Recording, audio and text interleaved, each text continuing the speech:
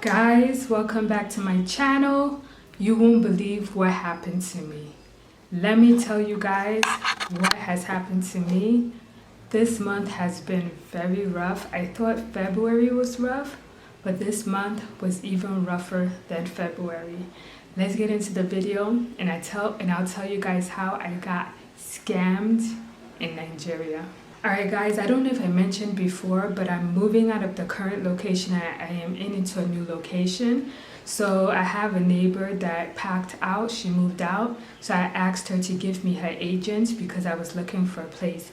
So she gave me her agent number, I contacted him. He was quoting big prices to me and I didn't have the price, so I told him I'll look for someone else.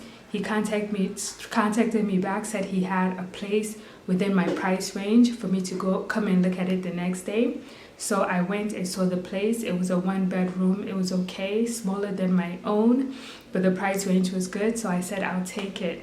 He said he had someone else that was interested in the place that was willing to pay right there and then. He was acting very cagey, like he didn't know whether to give it to me or the person. And of course, I was desperate. I wanted the place. So I was saying, I want it, let me pay. He was like, oh yeah, I like your personality. I'll give it to you. He had me talk to a guy on the phone who he claimed was the lawyer or barrister for the place that was taking care of the place. The guy was telling me I have to pay this amount, and he was acting very professional, so it seems legit to me. I also saw something in the house that I wanted to buy from the current tenant, and I gave him money for that, which I regret. I gave him too much money for that item, and so I paid for that. I told him I'll pay for that item. When I went home, I got the money and I paid for that item. Let me tell you how he scammed me. So after seeing the place, I said I wanted it because I was desperate to move out of where I was, and the price range that he told me was basically close to what I was currently paying, just a little bit more, but it was a price range where I was able to pay. So I went again to see him, and that was the first mistake I made. I gave him money without talking to the tenant in the house. I've never done that before, so I thought it was normal to not talk to tenants because usually tenants move out before you get the place. But this time he said the tenant was going to move the ending of March. So I said, okay. So I sent him the money, and my neighbors told me not to send him money into his personal account, but I didn't listen to them and I sent the money into his personal account because he didn't give me any other account. And I was desperate to get that place before whoever he was saying wanted the place as well. So I gave him some of the money. The next day I gave him more of the money. So I finished giving him the money, including his agent's fee. And then I believe it was like a week later, he contacted me again and he was like, the landlord said that it wasn't enough money. I needed to give more money. I spoke to my sister who was paying because she's supporting me financially right now, and she sent me the money. And yesterday I was supposed to meet him to give him the remaining balance of the money and get the key for the house. My phone was about to die, so I decided to quickly send him the money before I met him and get the keys, because that's the kind of person I am. I am very rash and I'm very impulsive. So I sent him the money before I got the key. I went to wait for him at the location. He told me to wait. I waited for over an hour in the hot sun. He didn't come. I contacted him. He wasn't picking up his phone. I was thinking maybe something happened or he was running late. He sent me a message saying that he was at some event as a DJ or MC for that event, and that's why he couldn't come and for me to pick up the key on Monday. But I had been ignoring all these signs that were telling me not to trust this guy. He doesn't have integrity. He's a Yahoo person. He's a scammer. My neighbors were telling me. My sister was also concerned, and I wasn't listening to any of them. I even was reading my Bible and praying because I couldn't sleep. Something was off about this guy, but I refused to listen to my intuition, my instincts, and use discernment.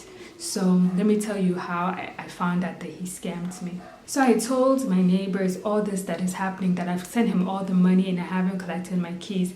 And they told me to go to the house and speak to the woman to make sure there's a house available and she's renting it and moving out. So I was scared to do that because I didn't want to ruffle feathers. And that was my whole thing throughout the whole communication with the guys. I didn't want to ruffle feathers in case he decided to give the apartment to the other person that wanted the apartment. Even before I paid, one of my neighbors said, go and look at the house and talk to neighbors and people there to make sure that it's a legit place. But I was scared that if I go, one of the neighbors would say something to him and then he'll think that I didn't trust him and then he'll give the house to someone else. That's where I fucked up. So I decided to go. I went there, met his neighbors. They told me that I wasn't the only person that he scammed. He accepted a large amount of money from another woman and that woman was pregnant. And that's what he does. He's a Yahoo person. He's a scammer. And I don't know. It's like I wasn't shocked. And that's the thing. I wasn't shocked. I kind of had a feeling and I still pressed on and worked with him, even though something was telling me, God was telling me no, no, no, no, and I kept saying yes, yes, yes. He was using my neighbors, my sister, different people to kind of delude, kind of like tell me not to, deal with this guy or to make sure that I do the due diligence, and I didn't. So by the time I found out, I kind of had a feeling and I didn't freak out. I called my sister on the phone. She was crying. I felt so bad. I felt so guilty.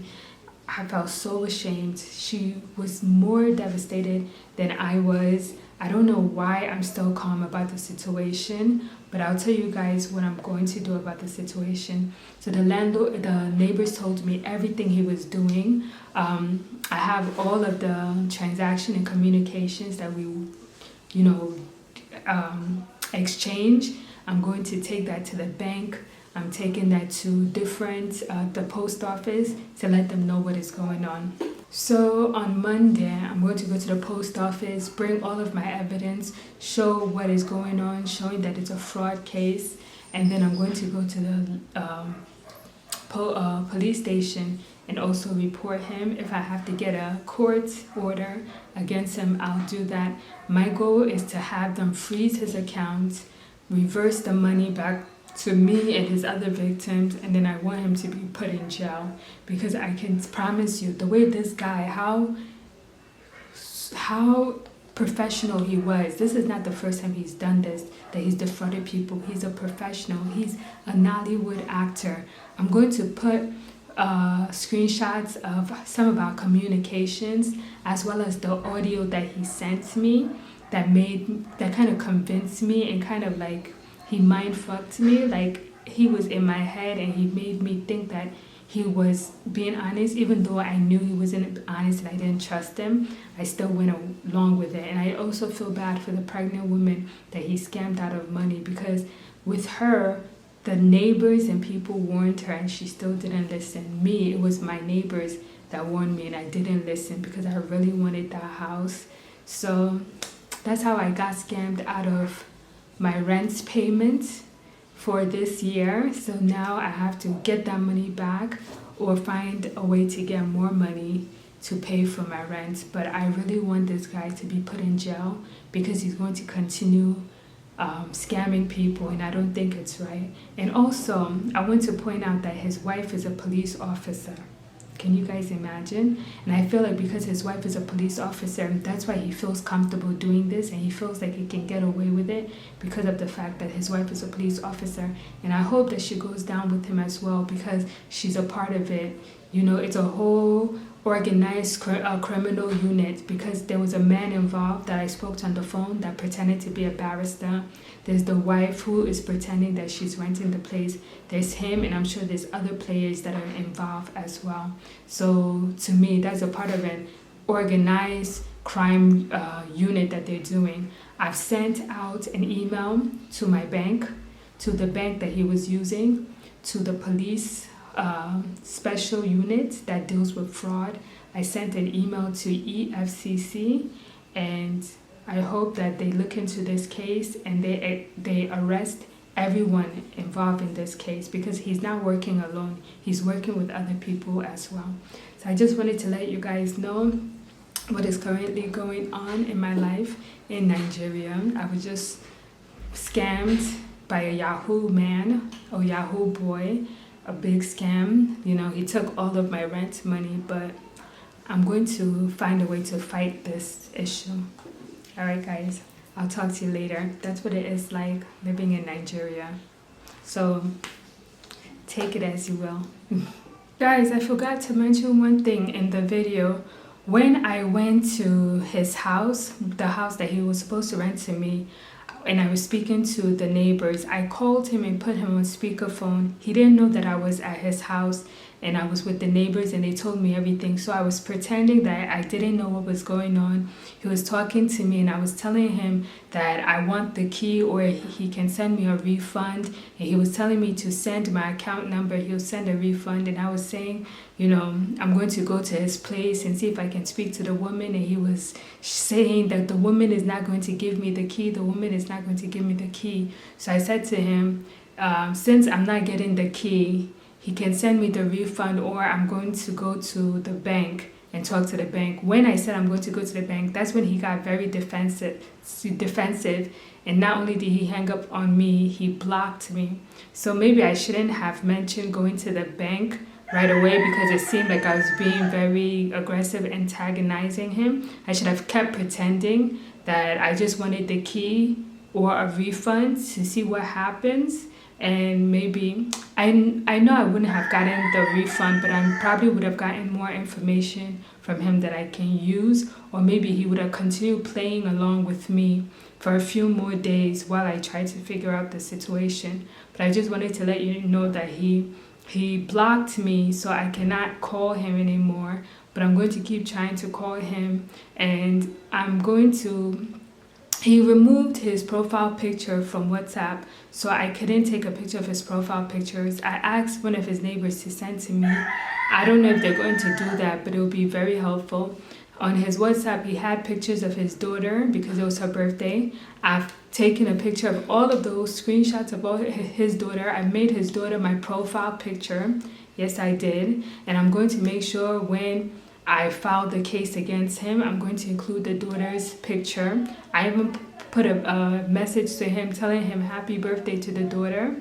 And I want him to know that I have a picture of his daughter, because when it comes up to it and the police are involved, they're going to have to use the daughter's picture to track him if we don't have a picture of him and his wife. So I just wanted to add that he's blocked me after I told him that I wanted a refund. Even though he told me to send him my account details, he hasn't responded to that. He hasn't spoken to me since. He refused to pick up my call.